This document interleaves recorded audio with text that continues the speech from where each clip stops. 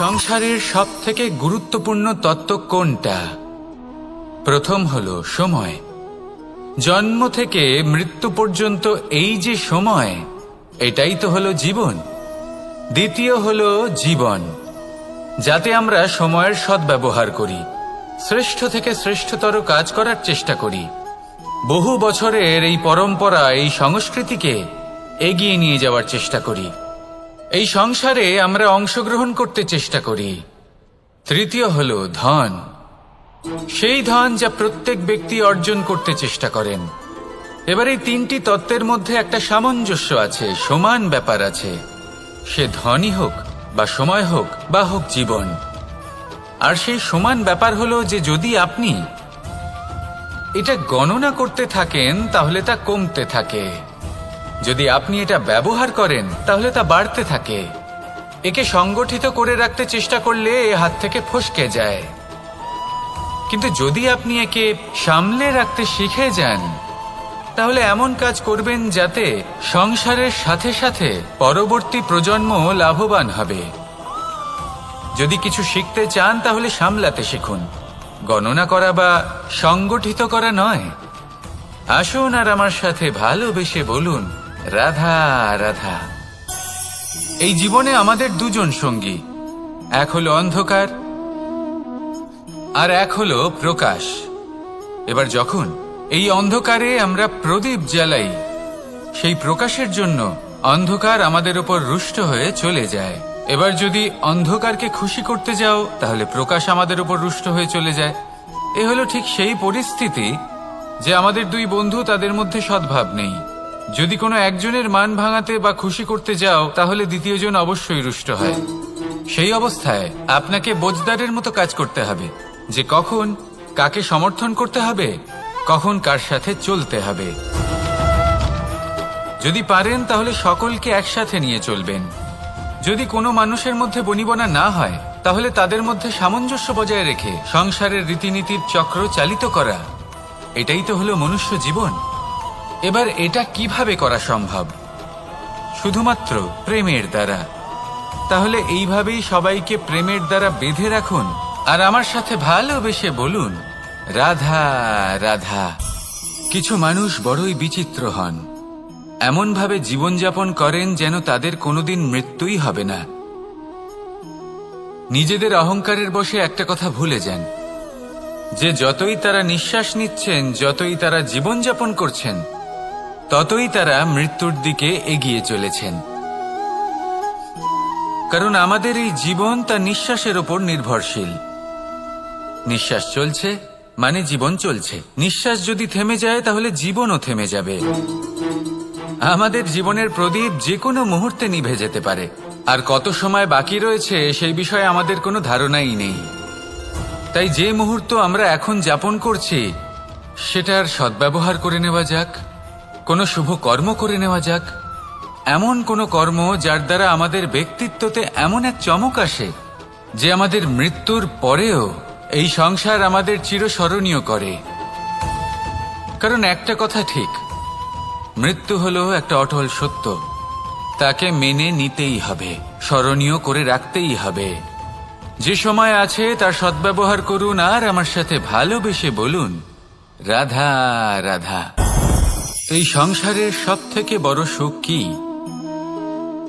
কেউ বলবেন নিজের লক্ষ্য প্রাপ্ত করা, কেউ বলবেন ধন উপার্জন করা, কেউ বলবেন নিদ্রাই সবথেকে বড় সুখ, কেউ বলবেন রাজ্য লাভ করা, আবার কেউ বলবেন মাতার হাত থেকে খাবার খাওয়া,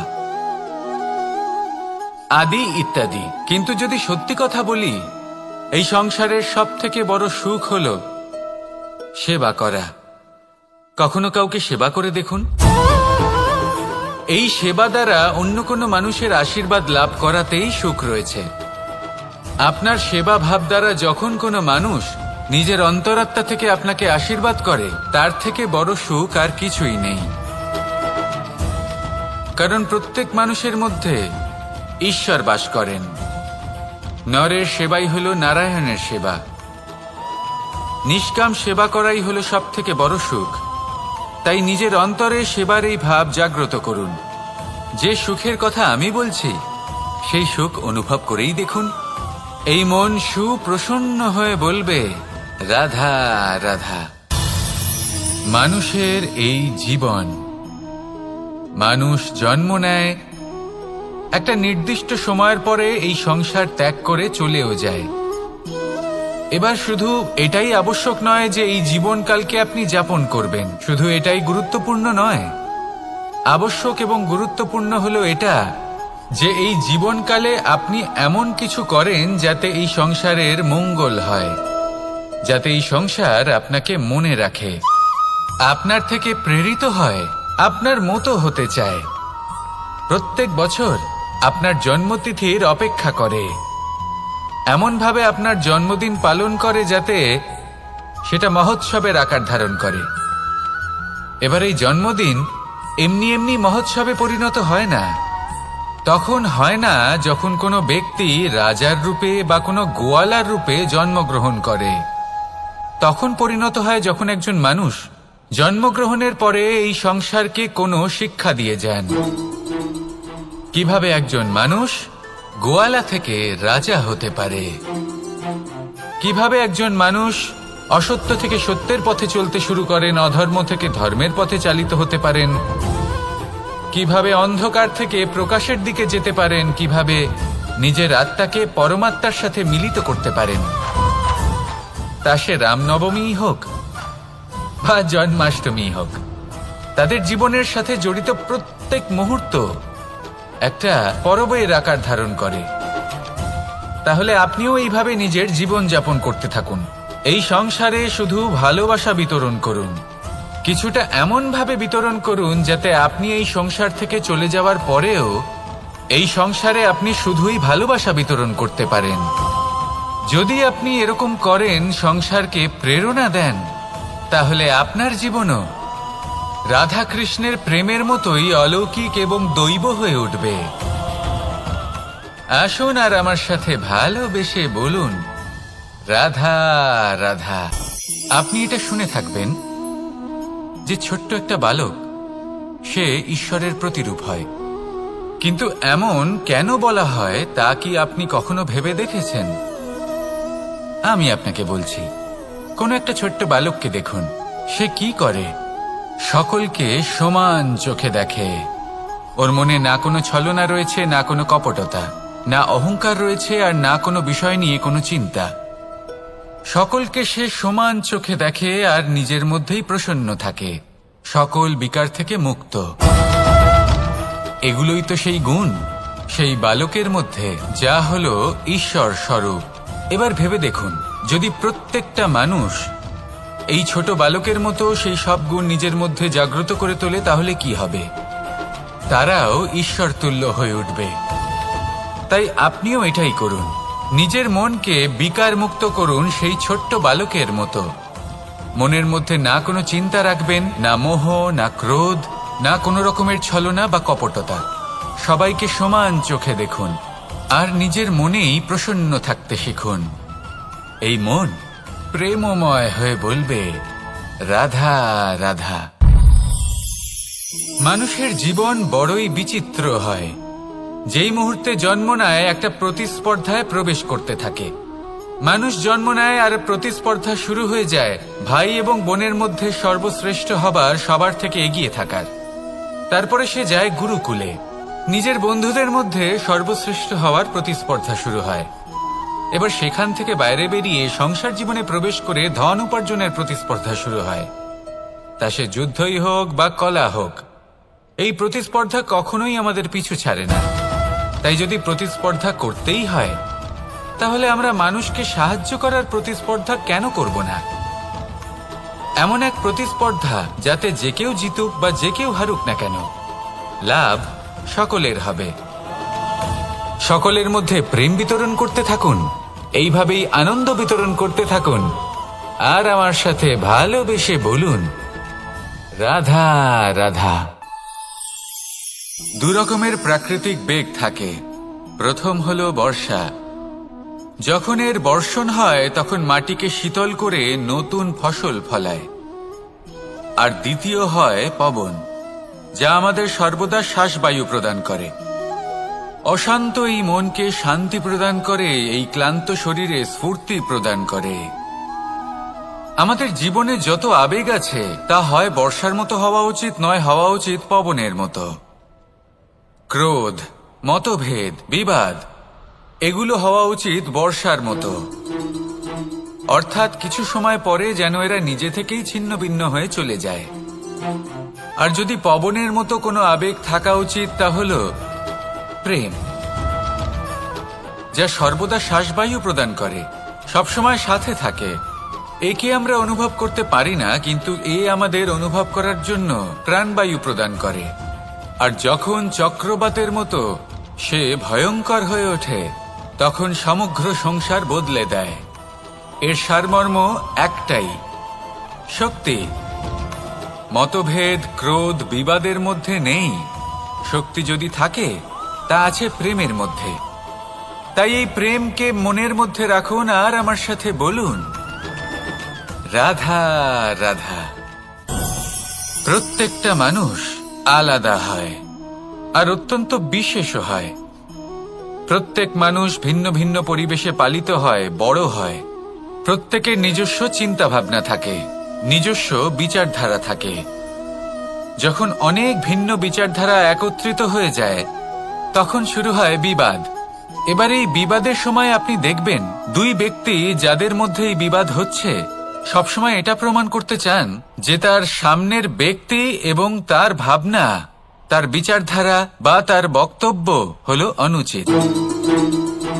এবার এটাই যদি প্রেমপূর্বক রূপে আপনি ভেবে দেখতে চেষ্টা করেন যে সামনের ব্যক্তিটির বক্তব্য, তার মানসিকতা আসলে কি, তাতে উচিত ঠিক কি, সেটা আমরা বুঝতে পারি। একদিকে হলো এই বিবাদ, যা আপনাকে সামনের ব্যক্তিটিকে অনুচিত প্রমাণ করতে বাধ্য করে, আর অন্যদিকে হলো প্রেম, যা সামনের ব্যক্তিটির যুক্তি বুঝতে সাহায্য করে, তাতে উচিত কি রয়েছে সেটা বুঝতে বাধ্য করে, তাকে মহান হয়ে ওঠার পথে অগ্রসর হতে বাধ্য করে। তাই এই বিবাদকে ত্যাগ করুন আর প্রেমকে আপন করে নিন, আর এই প্রেম ভাব নিয়ে বলুন, রাধা রাধা। এই সংসারে বড়ই বিচিত্র এক শব্দ আছে, মূল্য। এর প্রয়োগ আমরা জীবনেও করে থাকি, আবার ব্যবসাতেও করে থাকি। একজন উদ্যোগপতি সবসময় বলেন, ব্যবসার মূল্য সবসময় উচ্চমান হওয়া উচিত, তাতে লাভ বেশি।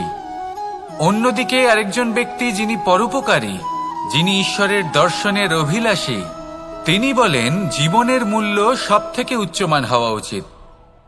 অনেক সময় মানুষ কি করে থাকেন, ব্যবসার এই মূল্য তা উচ্চতার শিখরে পৌঁছানোর লোভে জীবনের মূল্য নামিয়ে ফেলেন, যেখানে এই সমগ্র সংসার প্রেমের দ্বারা চালিত হয়। প্রেমই হলো এই সংসারের আধার। এবার যদি আপনি প্রেম করতে শিখে যান, তাহলে ব্যবসাতে নিশ্চিত রূপে লাভের সাথে সাথে কীর্তি এবং যশ লাভও করতে পারবেন। তা আমি নিশ্চিত রূপে বলতে পারি, কারণ ব্যবসাতে ওঠা নামা এসব চলতেই থাকে। জীবনকে আপনি যদি একবার উচ্চতায় নিয়ে যেতে পারেন, তাহলে তা কখনোই নামবে না। আসুন আর আমার সাথে ভালোবেসে বলুন, রাধা রাধা। যা বাধা দেয় তা হলো অবরোধ, যা এগিয়ে নিয়ে যায় তা হলো বিকাশ, আর যা ভাগ করে দেয় তা হলো গুণ। আপনি সবাইকে আনন্দ দিন, তার বদলে আপনিও আনন্দ পাবেন। আপনি সবার মধ্যে প্রেম ছড়ান, আপনিও তার বদলে প্রেমই পাবেন। এই দেখুন না, মেঘেদের দেখুন। এই যে মেঘ, এই মেঘের গুণ এইটা নয় যে এরা জল সংগ্রহ করে রাখে। এদের গুণ হলো এটাই যে এই মেঘ সকলের মধ্যে জল ভাগ করে দেয়। ধরিত্রীর এবং জগতের তৃষ্ণা নিবারণ হয়। সূর্য, সূর্যের গুণ এইটা নয় যে সে সব থেকে বেশি তেজস্বী। তার গুণ হলো এটাই যে সে নিজের তেজ সবার মধ্যে ভাগ করে দিতে পারে। ঠিক সেইভাবেই জীবনে আনন্দ, উল্লাস, প্রেম এই সব কিছুই ভাগ করে নিতে শিখুন। এটাই হলো একটা গুণ, আর তার বদলে আপনি দ্বিগুণ আনন্দ, দ্বিগুণ উল্লাস, দ্বিগুণ প্রেম অবশ্যই পাবেন। যদি আপনি এই সবকিছু নিজের কাছেই জমিয়ে রাখেন, তাহলে আপনি নিজের বিকাশে নিজেই বাধা দেবেন। আসুন আর আমার সাথে ভালোবেসে বলুন, রাধা রাধা। আপনি কখনো মাখনের হাঁড়ি ভেঙেছেন? কত আনন্দ পাওয়া যায়। এই মাখনের হাঁড়ি ভাঙলে পুরো মাখন আমাদের গায়ে এসে পড়ে আর মন উচ্ছ্বসিত হয়ে ওঠে। কিন্তু তার জন্য বালগোপালদের কত চেষ্টা করতে হয় সেটা কখনো ভেবে দেখেছেন? প্রথমে বড়ই পরিশ্রম করে একের ওপর এক সাবধানে ওপরে চড়তে হয়, তারপরে ভারসাম্য বজায় রাখতে হয়, পড়ে গেলে হবে না। তারপর এই হাতের দ্বারা সেই মাখনের হাঁড়ি ভাঙতে হয়, তখন মাখন পড়ে। এবার এরকমই কিছু আমাদের জীবনে আমাদের সাথেও হয়। এবার আপনি বলবেন যে মাখনের হাঁড়ি ভাঙার এই প্রক্রিয়া, তার সাথে জীবনের কি সম্পর্ক থাকতে পারে? আসলে আমাদের মনের মাঝেও একটা হাঁড়ি রয়েছে, অহংকারের হাঁড়ি। আর এই অহংকারের হাঁড়ি যখন ভেঙে যায়, তখন প্রসন্ন হবার আনন্দ চতুর্দিকে ছড়িয়ে পড়ে। এই মন, এই আত্মা, এই দুই প্রসন্ন হয়ে যায়। কিন্তু তার জন্য আপনাদেরকেও বালগোপালের মতো চেষ্টা করে যেতেই হবে, ভারসাম্য বজায় রাখতেই হবে মনের মাঝে এবং এই বুদ্ধিতে, ভালো এবং মন্দের মধ্যে, লোভ এবং পরমার্থের মধ্যে। আর তারপর নিজে হাতে অহংকারের এই হাঁড়ি ভেঙে দিতে হয়। দেখুন, যদি ঈশ্বরের সঙ্গ লাভ করতে চান, তাহলে অহংকারের এই হাঁড়ি ভাঙতেই হবে। আসুন আর আমার সাথে ভালোবেসে বলুন, রাধা রাধা। মুঠো হাতের শক্তি বেশি, মুঠো খুললেই তা দুর্বল। তা এমন কি থাকা উচিত এই বন্ধ মুঠোয় যা লাখের সমান? মানসিকতা এবং স্বপ্ন। মানুষ জন্মগ্রহণ করে, তার মানসিকতা সময়ের সাথে উন্নত হয়। মানসিকতা অনুযায়ী সে স্বপ্ন দেখে, আর সেই স্বপ্ন সার্থক করতে সে পরিশ্রম করতে থাকে। কিন্তু খুব গুরুত্বপূর্ণ একটা কথা আছে যা আপনার মনে রাখা উচিত। আপনার এই মানসিকতা, আপনার এই স্বপ্ন, তা যেন আপনার নিয়ন্ত্রণে থাকে। আপনার বন্ধ মুঠোয় যেন এর লাগাম থাকে, আপনি যেন এর প্রভু হন। যদি তা হয়, তবেই আপনি লাভবান হবেন। যদি এরা আপনাকে নিয়ন্ত্রণ করতে থাকে, যদি আপনার মুঠো খুলে যায়, না পথ আপনার নিয়ন্ত্রণে থাকবে, না মানসিকতা থাকবে, না স্বপ্ন নিয়ন্ত্রণে থাকবে। আর যদি তাই হয়, তাহলে আপনি আপনার ভবিষ্যৎ নষ্ট করে ফেলবেন। তাই নিয়ন্ত্রণ করতে শিখুন নিজের বিচার বুদ্ধি, নিজের মানসিকতা, নিজের স্বপ্নকে। নিজের এই স্বপ্ন পূরণ করুন আর আমার সাথে ভালোবেসে বলুন, রাধা রাধা। এই সংসারের সব থেকে কঠোর ধাতুর মধ্যে একটি হলো লোহা। লোহা দিয়ে আমরা অনেক অস্ত্র শস্ত্র লাভ করি, অনেক বস্তুও লাভ করি। এবার এই লোহাকে কাটার জন্য, একে কোনো আকার দেওয়ার জন্য কি প্রয়োগ করতে হয়? লোহা। এবার এই কথাটা আমরা সকলেই জানি যে লোহার দ্বারাই লোহাকে কাটতে হয়। এবার এই কথা আমি আপনাকে কেন বলছি? এরপরে খুব বড় একটা প্রশ্ন আসে, যা খুব বড় শিক্ষা দিয়ে যায়। এটা কেন হয় যে আমরা একটা লোহা দিয়ে একটা লোহাতে আঘাত করছি, কিন্তু যে লোহা দ্বারা আঘাত করছি তার আকার বদলাচ্ছে না, যার উপর প্রহার করছি তার আকার বদলাচ্ছে? এতে পার্থক্যটা কোথায়? পার্থক্য হলো তাপমাত্রার। দেখুন, যে লোহাকে আমরা কাটতে চাই তার তাপমাত্রা বাড়াতে হয়, তাকে গরম করতে হয়। আর যে লোহা দ্বারা আমরা আঘাত করতে চলেছি, সেই লোহা আমাদের ঠান্ডা রাখতে হয়। অর্থাৎ ঠান্ডা লোহা গরম লোহাকে কেটে দেয়। এবার এই শিক্ষা কি আমাদের জীবনে যথেষ্ট নয়? আমাদের জীবনে অনেক সমস্যা আসতে পারে, কিন্তু আমাদের এই বিষয়ে বিশেষ খেয়াল রাখতে হবে যে আমাদের মনকে আমরা যেন ঠান্ডা রাখি, এই মস্তিষ্ককে শান্ত রাখতে হবে। যদি আমরা ক্রোধ বা ঈর্ষার আগুনে জ্বলতে থাকি, বিদ্বেষের আগুনে জ্বলতে থাকি, তাহলে আমরাও সেই লোহার মতোই হয়ে যাব যার তাপমাত্রা অত্যন্ত বেশি। তখন যে কেউ এসে আমাদের বিচ্ছিন্ন করে চলে যাবে। মনে রাখবেন, যিনি যত বেশি স্থির বুদ্ধির অধিকারী, যিনি হলেন সব থেকে বেশি শান্ত, তিনি হলেন সব থেকে বেশি বলশালী। তাহলে শান্ত থাকুন আর আমার সাথে ভালোবেসে বলুন, রাধা রাধা। এই সমগ্র সংসারের সবথেকে গুরুত্বপূর্ণ ব্যক্তি কে? স্বয়ং আপনি। নিজের জন্য তো বটেই, তাই না?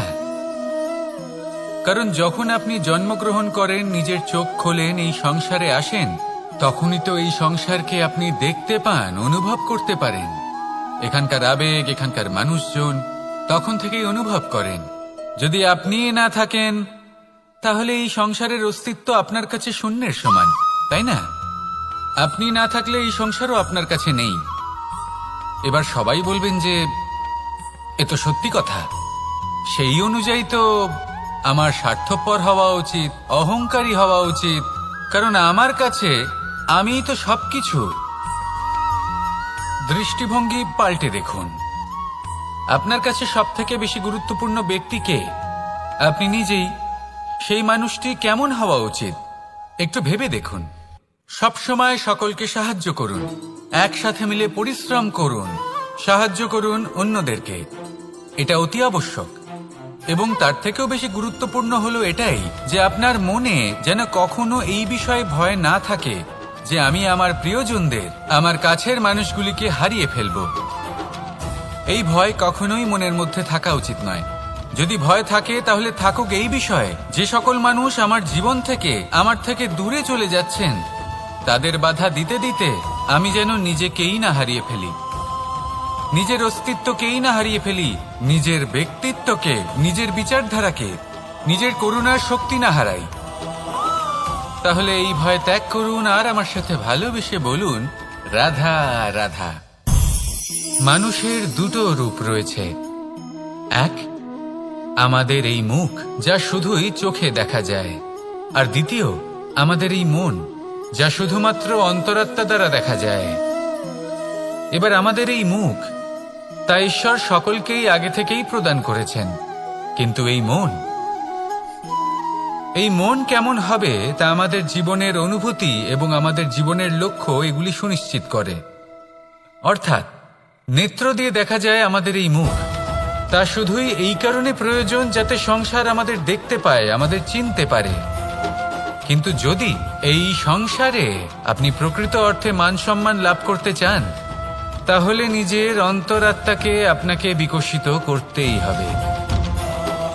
দেখুন, কথায় আছে এই যে অসুর, তা শারীরিকভাবে উপস্থিত নয়, তা মনের মধ্যে থাকে। যদি এই মন থেকে অসুরকে বের করে দেওয়া যায় তাহলে শরীরে তা উপস্থিত থাকবেই না। তাই মনকে শুদ্ধ করুন আর আমার সাথে ভালোবেসে বলুন, রাধা রাধা। প্রয়াস, পরিশ্রম, এই শব্দগুলি শুনতে হয়তো ছোট মনে হয়, কিন্তু এর মূল্য অনেকটাই অধিক। এবার প্রয়াসও কিন্তু দুই ধরনের হয়। একটা প্রয়াস তাই যা আমরা নিজের মন থেকে, অন্তর থেকে সমগ্র শক্তি দিয়ে করার চেষ্টা করি। এবারে এই প্রয়াস প্রচেষ্টার নামান্তর। কিছু প্রয়াস এমনও হয় যেমন দ্রুতক্রীড়া খেলা। মানুষ বলেন, আজ একটু প্রয়াস করি, একটু দ্রুতক্রীড়া খেলেই দেখি, যদি বিজয়ী হই তবে ভালো ব্যাপার, যদি না হই তবে আর কখনো খেলবো না। এটাও কিন্তু প্রয়াস, কিন্তু এই প্রয়াস পরিশ্রম নয়। পাণ্ডবদের দেখুন, ওনারা যখন পরিশ্রম করেছিলেন তখন খাণ্ডবপ্রস্থকেও ইন্দ্রপ্রস্থ বানিয়েছিলেন। দ্রুতক্রীড়া খেললেন, সেই মুহূর্তেই ইন্দ্রপ্রস্থ হারিয়ে ফেললেন। পরিশ্রম করলেন, সগৌরবে রাজা হলেন। দ্রুতক্রীড়া খেললেন, তখন এক মুহূর্তে রাজা থেকে নিঃস্ব হয়ে গেলেন। সারমর্ম এটাই যে দ্রুতক্রীড়া কখনো কখনো আপনার মিত্র হতে পারে, কখনো সে আপনাকে বিজয়ী করতে পারে, কিন্তু প্রয়াস এবং পরিশ্রম যখন একসাথে মিলিত হয় তখন তা সর্বদাই আপনার সাথে থাকে। প্রয়াস করতে থাকুন, পরিশ্রম করতে থাকুন, আর আমার সাথে ভালোবেসে বলুন, রাধা রাধা। মানুষ কখনো কখনো সময়কে নিয়ন্ত্রণ করতে চেষ্টা করে, কখনো কখনো সময়ের গুরুত্ব বুঝতে পারে না। এটা ভাবে যে এই কিছু মুহূর্ত কেটে যাক, একে অতিবাহিত করি, তাহলে কি বা হবে, কয়েকটা মুহূর্ত মাত্র। কিন্তু তা নয়। আজকের একটা মুহূর্ত ভবিষ্যতের অনেক বড় পরিবর্তনের ভিত হতে পারে। আজকের একটা মুহূর্ত আপনার ভবিষ্যৎকে উজ্জ্বল করে তুলতে পারে। সেই জন্য ছোট ছোট মুহূর্তগুলিকে অদেখা করবেন না। সময়কে কাজে লাগান, পূর্ণরূপে কাজে লাগান। এবার যদি আপনি কাউকে সাহায্য করতে চান আর সেই কারণেই যদি থেমে থাকেন, তাহলে ঠিক আছে, কারণ আপনি কাউকে সাহায্য করে তার জীবনকে আরো ভালো করে তুলতে চাইছেন, আরো শ্রেষ্ঠ করতে চাইছেন। এই পুণ্য, এই কর্ম ফিরে আপনার কাছেই আসবে আর আপনার জীবনকে শুভ করে তুলবে। কিন্তু যদি আপনি আলস্যের কারণে থেমে থাকেন এবং কিছুই না করেন, সময় নষ্ট করেন, তাহলে কিন্তু একটাই ঘটনা ঘটবে, আপনার ভবিষ্যৎ বিপদগ্রস্ত হয়ে পড়বে, আর কিছুই নয়। সেই জন্য এটা বোঝা প্রয়োজন যে কখন থামতে হবে এবং কেন থামতে হবে। যদি আপনার থামার কারণ এবং সময় অনুচিত হয়ে থাকে, তাহলে আপনার ভবিষ্যৎ কখনোই উচিত হতে পারে না। সেই জন্য সময়কে সম্মান করুন আর পূর্ণ ব্যবহার করতে শিখুন। আর আমার সাথে ভালোবেসে বলুন, রাধা রাধা। জীবনে সবসময় সেটা হয় না যা আমরা চাই, তেমন ভাবে হয় না যেমন ভাবে আমরা চাই। এবার তাতে আমরা দুঃখ পাই, নিরাশ হয়ে পড়ি, ভাগ্যকে দোষ দিই অথবা অন্য কাউকে বা নিজেকে। কিন্তু সত্যটা কি, সেটা আমাদের জানতে হবে। এই সংসার নির্মিত হয়েছে পাহাড় দ্বারা এবং পাথর দ্বারা, তাই প্রত্যেক স্থানে ছোট ছোট ছোট ছোট নুড়ি পাথর তো অবশ্যই থাকবে। এগুলো এড়িয়ে যাওয়া সম্ভব নয়, আর এই কথাটা আমরা সকলে জানি। এবার এইভাবেই আমাদের জীবনে নানান রকমের সমস্যা লেগেই থাকে। এর হাত থেকে কোনোভাবেই নিস্তার পাওয়া সম্ভব নয়। একটা সমস্যা এড়াতে যান, দ্বিতীয় চলে আসবে, দ্বিতীয় সমস্যা এড়াতে যান, তৃতীয় চলে আসবে। কিন্তু সমস্যা জীবনে থাকবেই, আর আপনাকে সাহায্য করার জন্যই থাকবে কোনো না কোনো রূপে। আপনার চারপাশে পাথর আছে, এটা আপনার উপর নির্ভরশীল আপনি কি করবেন, কোন পথে অগ্রসর হবেন এবং কিভাবে অগ্রসর হবেন। এবার দেখুন, এটা তো সবসময় সম্ভব নয় যে আপনার পদতলে ফুলের চাদর থাকবে, এটা তো অসম্ভব। সেই জন্য উচিত এটাই হবে যে আপনি পাদুকা পরিধান করে জীবনে অগ্রসর হন। এর সারমর্ম এটাই, যখনই জীবনে সমস্যা আসবে দৃঢ় হয়ে সম্মুখীন হন এবং এটা বোঝার চেষ্টা করুন যে এই সমস্যা জীবনে কেন এলো, কি শিক্ষা দিয়ে গেল। আপনার মধ্যে দোষ অবশ্যই থাকবে, তাকে গুণে পরিবর্তিত করুন। এই জীবন আরো বেশি সহজ সরল হবে এবং প্রসন্ন হয়ে বলবে, রাধা রাধা। অনেক মানুষ আমাকে এসে বলেন যে, কানাই, তোমার কথাগুলি তো আর কি বা বলি, তোমার কথা কি থেকে কি করে ফেলতে পারে, অসম্ভবকে সম্ভব করে ফেলতে পারে। এত শক্তি তোমার কথাতেই রয়েছে, তো অন্য কিছু করার কোনো প্রয়োজনই কোথায়? এবার ওনারা এই কথাটা বুঝতে পারেন না যে জ্ঞান শুধুমাত্র শব্দের সমন্বয় মাত্র। কিন্তু এর অর্থ কি সেটা জানার জন্য অনুভব করা প্রয়োজনীয়, সেই পথে চলা প্রয়োজনীয়। এই অভিজ্ঞতাই আপনাকে অর্থ বুঝিয়ে দেবে। ঠিক যেমন তুমি কর্ম করতে থাকো, ফলের চিন্তা করো না, এটা শুধুই শব্দ। এর সারমর্মটা কি, এর অর্থ কি সেটা বোঝার জন্য সেই পথে আপনাকে অগ্রসর হতেই হবে, সেটা যাপন করতে হবে, কর্ম করতে হবে নিরন্তর। এটা ভাবলে হবে না যে আমি কি আমার কর্মের ফল আদৌ পাবো কিনা, তবেই আপনি এই কথার অর্থ বুঝতে পারবেন। কখনো ভেবে দেখবেন, আমাদের বাড়িতে যারা জ্যেষ্ঠ আছেন, বড় আছেন, আমরা তাদের পুজো করি, তাদের সেবা করি, আমরা তাদের চরণ স্পর্শ করি। কেন? কারণ ওনাদের কাছে আমাদের থেকে অনেক বেশি জীবনের অভিজ্ঞতা থাকে।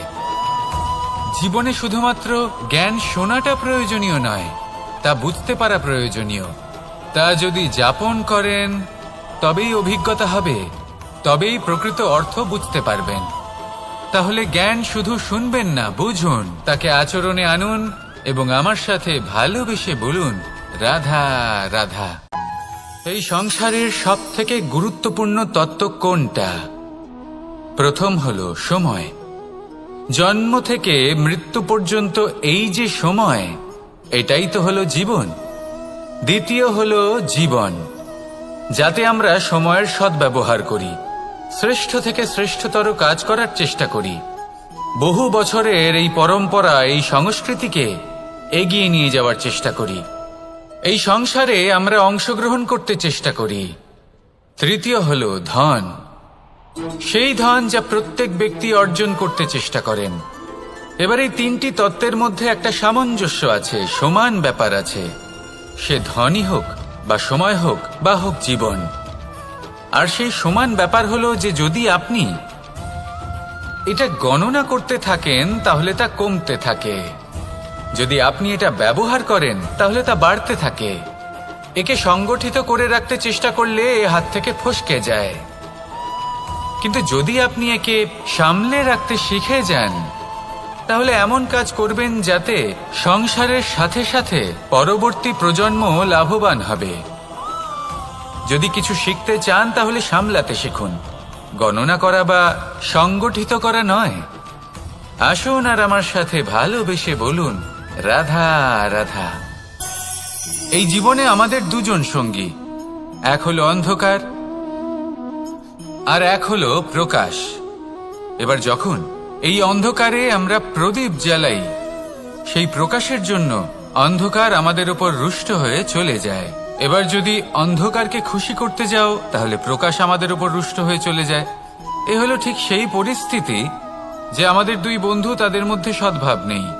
যদি কোনো একজনের মান ভাঙাতে বা খুশি করতে যাও তাহলে দ্বিতীয়জন অবশ্যই রুষ্ট হয়। সেই অবস্থায় আপনাকে বোঝদারের মতো কাজ করতে হবে যে কখন কাকে সমর্থন করতে হবে, কখন কার সাথে চলতে হবে। যদি পারেন তাহলে সকলকে একসাথে নিয়ে চলবেন। যদি কোনো মানুষের মধ্যে বনিবনা না হয় তাহলে তাদের মধ্যে সামঞ্জস্য বজায় রেখে সংসারের রীতিনীতির চক্র চালিত করা, এটাই তো হলো মনুষ্য জীবন। এবার এটা কিভাবে করা সম্ভব? শুধুমাত্র প্রেমের দ্বারা।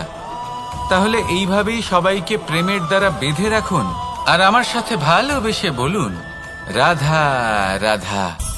কিছু মানুষ বড়ই বিচিত্র হন, এমনভাবে জীবনযাপন করেন যেন তাদের কোনোদিন মৃত্যুই হবে না।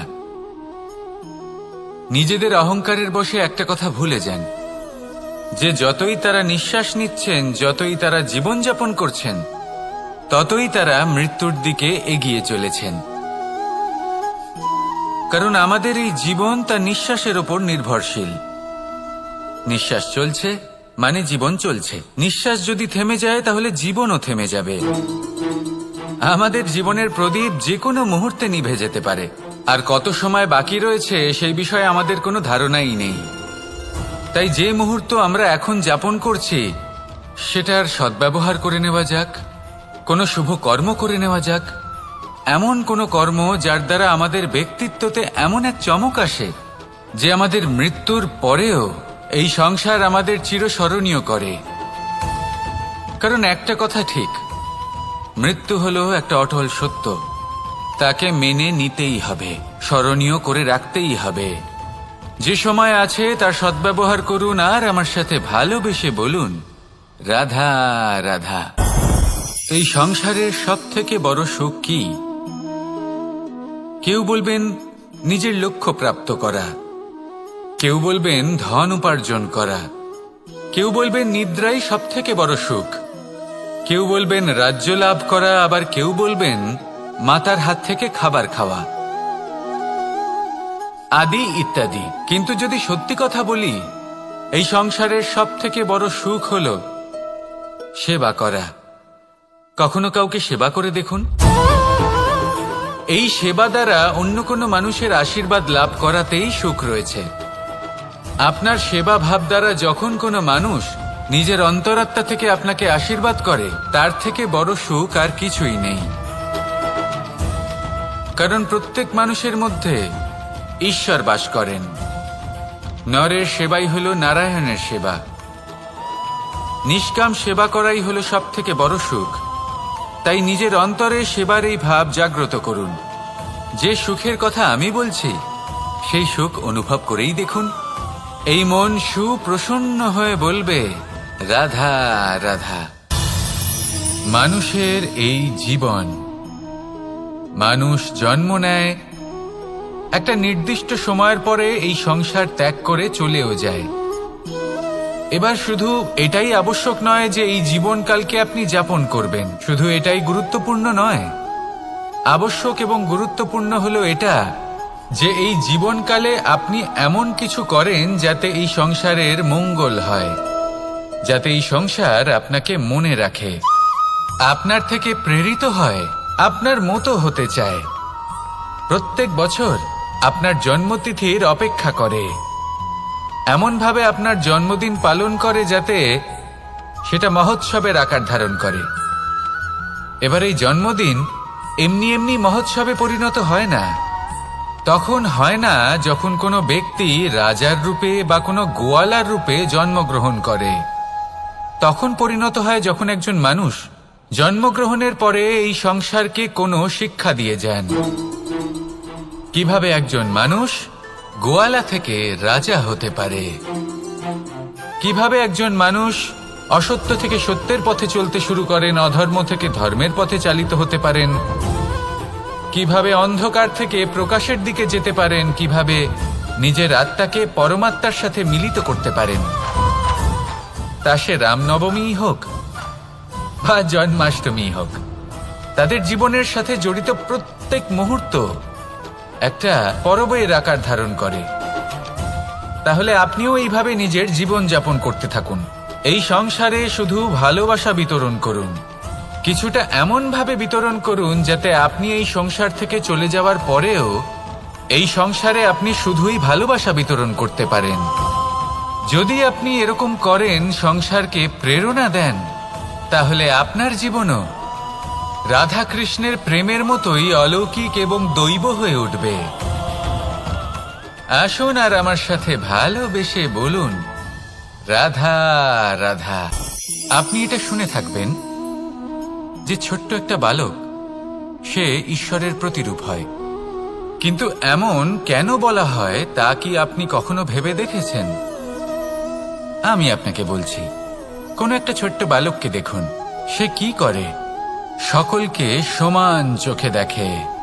ওর মনে না কোনো ছলনা রয়েছে, না কোনো কপটতা, না অহংকার রয়েছে, আর না কোনো বিষয় নিয়ে কোনো চিন্তা। সকলকে সে সমান চোখে দেখে আর নিজের মধ্যেই প্রসন্ন থাকে, সকল বিকার থেকে মুক্ত। এগুলোই তো সেই গুণ সেই বালকের মধ্যে, যা হলো ঈশ্বর স্বরূপ। এবার ভেবে দেখুন, যদি প্রত্যেকটা মানুষ এই ছোট বালকের মতো সেই সব গুণ নিজের মধ্যে জাগ্রত করে তোলে, তাহলে কি হবে? তারাও ঈশ্বর তুল্য হয়ে উঠবে। তাই আপনিও এটাই করুন, নিজের মনকে বিকার মুক্ত করুন সেই ছোট্ট বালকের মতো। মনের মধ্যে না কোনো চিন্তা রাখবেন, না মোহ, না ক্রোধ, না কোনো রকমের ছলনা বা কপটতা। সবাইকে সমান চোখে দেখুন আর নিজের মনেই প্রসন্ন থাকতে শিখুন। এই মন প্রেমময় হয়ে বলবে, রাধা রাধা। মানুষের জীবন বড়ই বিচিত্র হয়। যেই মুহূর্তে জন্ম নেয়, একটা প্রতিস্পর্ধায় প্রবেশ করতে থাকে। মানুষ জন্ম নেয় আর প্রতিস্পর্ধা শুরু হয়ে যায় ভাই এবং বোনের মধ্যে সর্বশ্রেষ্ঠ হবার, সবার থেকে এগিয়ে থাকার। তারপরে সে যায় গুরুকুলে, নিজের বন্ধুদের মধ্যে সর্বশ্রেষ্ঠ হওয়ার প্রতিস্পর্ধা শুরু হয়। এবার সেখান থেকে বাইরে বেরিয়ে সংসার জীবনে প্রবেশ করে ধন উপার্জনের প্রতিস্পর্ধা শুরু হয়। তা সে যুদ্ধই হোক বা কলা হোক, এই প্রতিস্পর্ধা কখনোই আমাদের পিছু ছাড়ে না। তাই যদি প্রতিস্পর্ধা করতেই হয়, তাহলে আমরা মানুষকে সাহায্য করার প্রতিস্পর্ধা কেন করব না? এমন এক প্রতিস্পর্ধা যাতে যে কেউ জিতুক বা যে কেউ হারুক না কেন, লাভ সকলের হবে। সকলের মধ্যে প্রেম বিতরণ করতে থাকুন, এইভাবেই আনন্দ বিতরণ করতে থাকুন। আর আমার সাথে ভালোবেসে বলুন, রাধা রাধা।